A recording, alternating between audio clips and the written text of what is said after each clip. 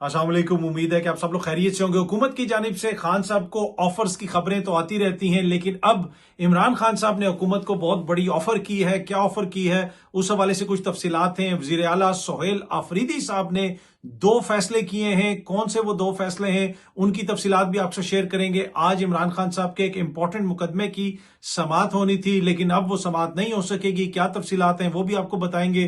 कुछ मजीद खबरें कोशिश होगी कि आज के इस व्लॉग के अंदर वो भी आपके साथ शेयर की जाए। सबसे पहले इमरान खान साहब ने हुकूमत को एक बड़ी ऑफर की है। क्या ऑफर की है उस पर मैं आता हूं, लेकिन मुरीद के में जो ऑपरेशन किया गया उसके हवाले से गुज़िश्ता रोज इमरान खान साहब ने दोबारा तहफुजात का इजहार किया। जो TLP के खिलाफ ऑपरेशन हुआ, खान साहब कहते हैं कि जी उसकी तहकीकात होनी चाहिए, उसमें जो पुलिस एहलकार हैं उनसे तफ्तीश होनी चाहिए, पूछा जाना चाहिए कि वहां पे क्या हुआ, कैसे हुआ। सो वंस अगेन जब भी इमरान खान साहब की कोई भी इंटरेक्शन हो रही है वो बार बार इस चीज के ऊपर बात कर रहे हैं कि मुरीद के में जो मुबैना ऑपरेशन हुआ है उसकी तहकीकात होनी चाहिए। इससे पहले मुफ्ती मुनीब साहब भी कह चुके हैं कि जुडिशल कमीशन बनना चाहिए। अब देखते हैं कि ये मामला आगे किस तरफ जाता है, लेकिन काफी ज्यादा इसके ऊपर तहफुजात का इजहार किया जा रहा है। और ट्रेडिशनली तहरीके लब्बैक वाले काफी ज्यादा तनकीद का निशाना भी बनाते रहे PTI वालों को। इनका आपस में एक दूसरे के साथ इख्तलाफ भी चलता रहता था, लेकिन जब से तहरीके लब्बैक वालों के खिलाफ ऑपरेशन हुआ है आपको देखने को मिलेगा कि तहरीके इंसाफ की, चाहे वो खैबर पख्तूनख्वा की असेंबली के अंदर हुकूमत हो या अरकान हो, वो भी इस मामले को उठा रहे हैं, इस पे बात भी कर रहे हैं। और खान साहब ने उस दिन भी इसकी, जब पिछले दिनों उनकी मुलाकात हुई उसमें भी उन्होंने जिक्र किया, इसकी मजम्मत की। और अब दोबारा गुज़िश्ता रोज उन्होंने उसके ऊपर बात करते हुए कहा कि जनाब इसकी तहकीकात होनी चाहिए। अच्छा, उसके साथ साथ इमरान खान साहब ने हुकूमत को एक बड़ी ऑफर भी कर दी है। आप ये अक्सर सुनते रहते होंगे कि जी ये डील ऑफर हो गई, हुकूमत की जानिब से खान साहब को वो डील ऑफर हो गई। अब खान साहब ने भी हुकूमत को एक डील ऑफर की है कि जिस तरह के हालात आपके इस वक्त अफगानिस्तान के साथ हैं उनमें बेहतरी लाने की जरूरत है।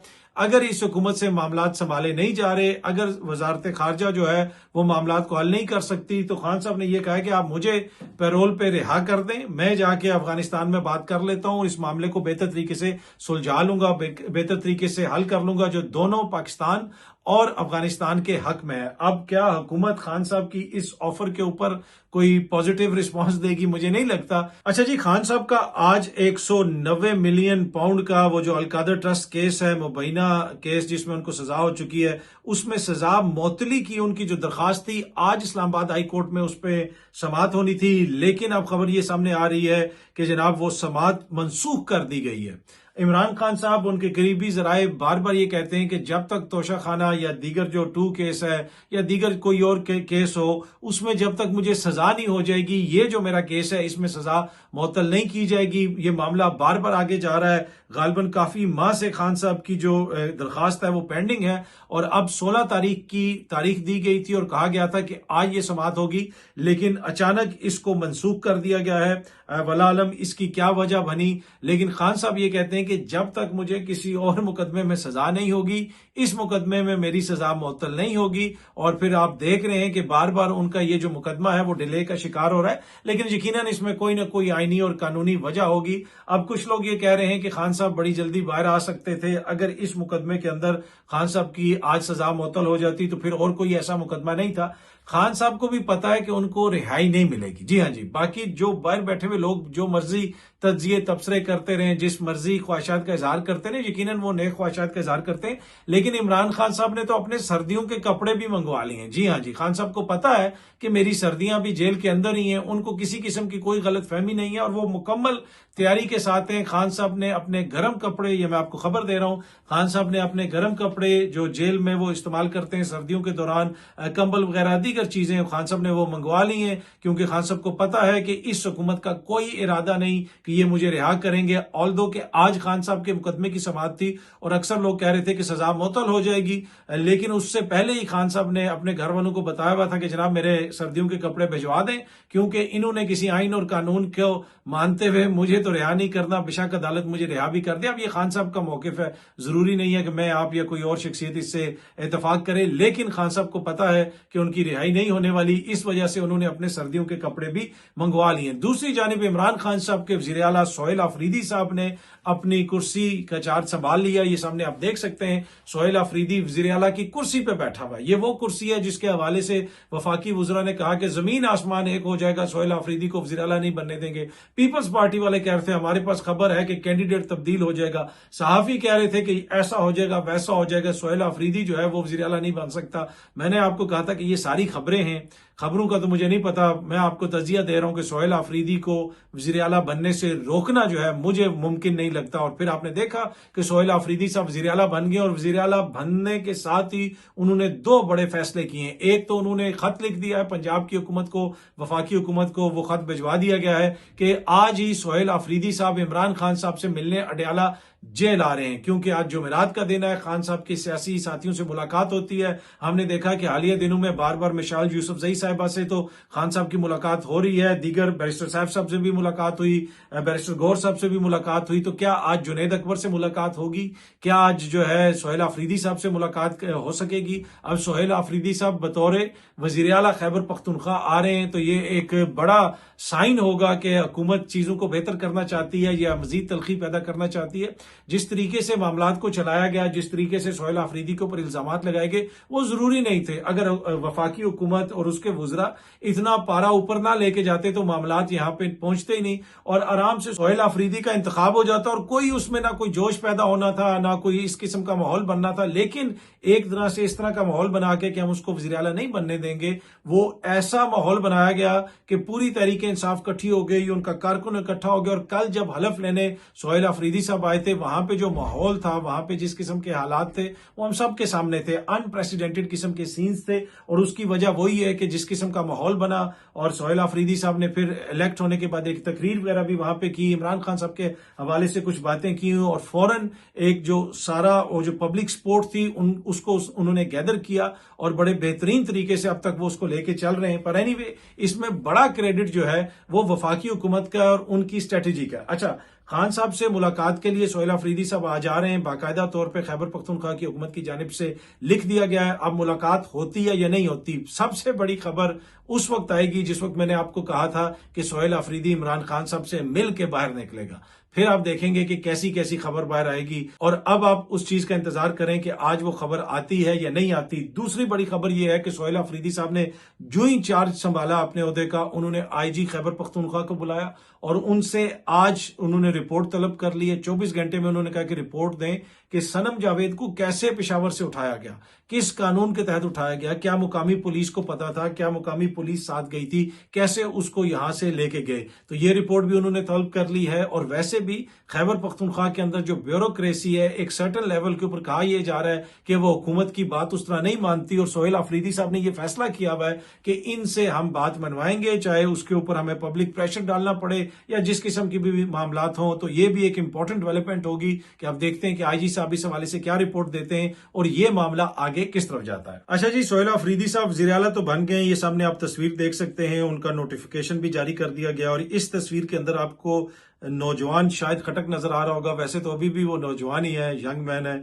और सोहेल आफरीदी भी खुद भी यंग मैन है, लेकिन ये इससे भी यंग थे जब ये उस जमाने की कोई पुरानी इनकी तस्वीर है उन्होंने शेयर की हुई है। मीना खान आफरीदी भी सोहेल आफरीदी का बड़ा करीबी दोस्त है, दीगर लोग भी हैं। ये वो सारी नौजवान क़यादत है जो खैबर पख्तूनख्वा में आम घरों से उठी, आम हलकों से उठी, आम लोगों ने इनको वोट दिया। ना इनके पास सरमाया है, ना इनके पास कोई बड़ा खानदानी कोई ऐसा बैकग्राउंड है कि जी दादा भी एमएनए था और जो है वो उससे पहले भी उस जमाने में भी जनाब वो वजीर था, तो वो खानदान का वो बंदा भी वजीर था। ऐसी कोई बात नहीं है। आज आप देख लें जो खैबर पख्तूनख्वा के बड़े बड़े सियासी घराने हैं, उनको बलोचिस्तान से जाके अपनी सेनेटरशिप लेनी पड़ती है। आज ये हालत हो चुकी है। लेकिन ये आम घरों के लड़के, आम पाकिस्तानी नौजवान जो नीचे से उठ के आए हैं, आज ये खैबर पख्तूनख्वा की क़यादत कर रहे हैं। खैबर पख्तूनख्वा की आवाम इनकी तरफ देख रही है, इनको अपना लीडर मान रही है और ये जो सारी लीडरशिप उठ के सामने आई है, ये पाकिस्तान तहरीक इंसाफ और ओवरऑल जो जमहूरी अमल है जो वहां पे चलता रहा, इंतखाबात होते रहे, उसके नतीजे में ये सामने आई है।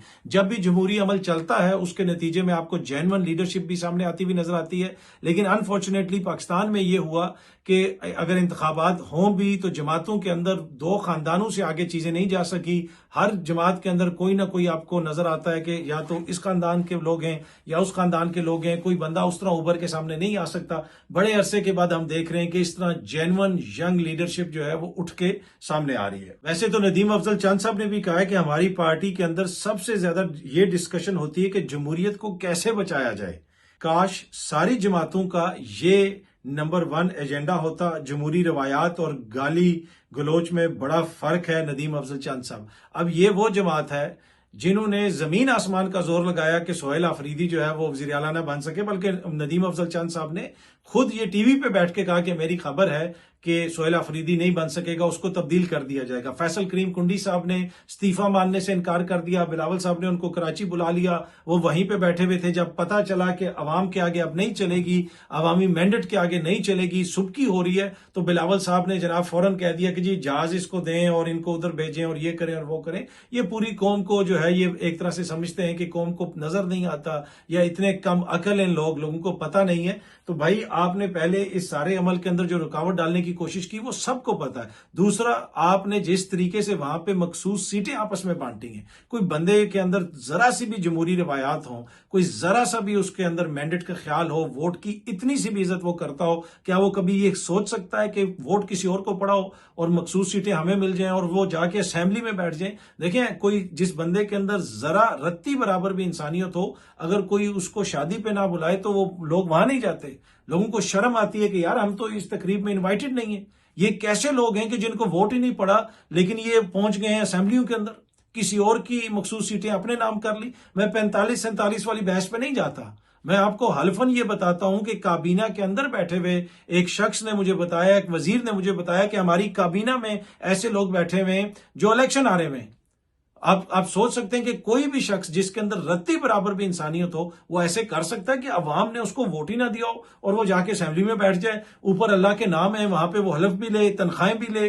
और ये कोई और नहीं कह रहा, ये आपस में भी एक दूसरे के खिलाफ कहते हैं। ये पीपल्स पार्टी वाले बार बार इनको कहते हैं कि जी हम फॉर्म 47 वाले नहीं है, और नून लीग के अंदर से लोग कहते हैं। आप किसी भी बाखबर सहाफी से पूछ लें, किसी से भी पूछ लें, हल्फन उनसे पूछें, काबीना के अंदर बैठे हुए लोग कहते हैं कि वो वाला वजीर भी हरा हुआ है, इस वाले हमारे लीडर का भी मसला है, उसका भी मसला है, इधर भी फॉर्म 47 है, उधर भी फॉर्म 45 में गड़बड़ है।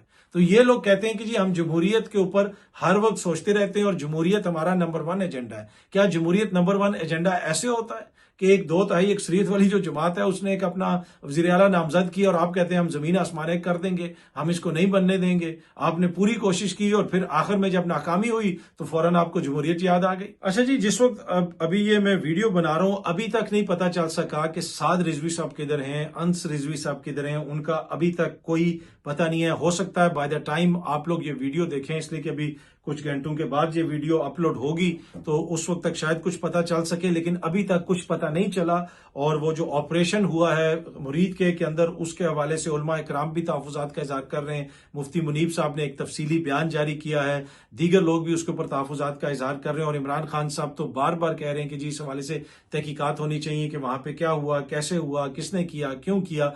लेकिन बड़ी खबर यही है कि अभी तक साद रिजवी साहब का और अंस रिजवी साहब का कोई पता नहीं चला। जो ऑफिशियल वर्जन ये है कि पहले तो खबरें इस तरह की आ रही थी कि जी उनको कोई ट्रेस कर लिया गया है, वो कहां पे हैं, उनको जल्द गिरफ्तार कर लिया जाएगा। एक टीवी प्रोग्राम के अंदर एक पुलिस अफसर ने यहां तक कहा कि अगर वो जख्मी हैं तो हमसे राब्ता करें, हम उनका इलाज भी करवाएंगे। लेकिन इतना ज्यादा वहां पे घेर के ऑपरेशन किया गया, वहां से कैसे वो गायब हो गए, किधर चले गए, क्या वो अभी भी उसी एरिया में है या कहीं और है, टू बी ऑनेस्ट उस हवाले से मेरे पास तो मालूमात नहीं है। लेकिन मुख्तलिफ सहाफी मुख्तलिफ किस्म की मालूमात शेयर कर रहे हैं और वो बता रहे हैं कि हम आपको इंफॉर्मेशन की बुनियाद पे बता रहे हैं क्योंकि हमें पुलिस ने ये बताया है और हमें पुलिस ने वो बताया है। तो क्या आप पुलिस का जो वर्जन है उसको आप मनोवन मान सकते हैं, या जो सियासी जमात का वर्जन है उसको आप मनोवन मान सकते हैं? ना आप TLP का जो वर्जन है उसको मनोवन कह सकते हैं कि जी वो बिल्कुल 100% दुरुस्त वर्जन है। हो सकता है उसके अंदर भी कुछ ऐसी चीजें हों जिनके ऊपर देखने की जरूरत है, तहकीक करने की जरूरत है, उसको डबल चेक करने की जरूरत है। और एट द सेम टाइम वो पुलिस जिसने मुख्तलिफ किस्म के मुकदमा दर्ज किए, जिसके मुकदमात के अंदर मुबालगा भी होता है, बहुत सारी ऐसी इंफॉर्मेशन होती है कि जो क्वेश्चनेबल होती है,